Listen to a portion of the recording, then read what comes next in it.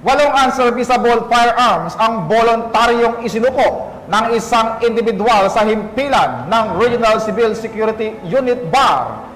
Ito ay bahagi ng patuloy na kampanya ng PNP laban sa iligal na armas at krimen para sa kaligtasan at seguridad ng mamamayan. Nakatutok dyan si Patrolwoman Maria Senyora Agbuya. Voluntaryong inilagak ang 8 serviceable firearms ng isang general manager sa Regional Civil Security Unit BAR nito lamang ika-7 ng Nobyembre taong kasalukuyan. Pinangunahan ni Police Colonel Nachor B. Baucas, Regional Chief ng RCSU BAR, ang lalaking nagboluntaryong nagdeposito na si alias Paulo na General Manager ng EDSA Security Agency.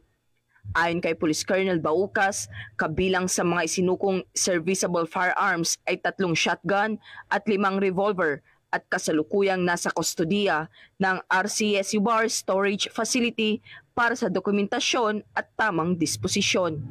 Ang matagumpay na pagdeposito ay kaugnay sa pinaigting na kampanya at patuloy ang PNP sa pagpapatupad ng batas tungo sa pagkamit ng isang mapayapa at maunlad na bansa.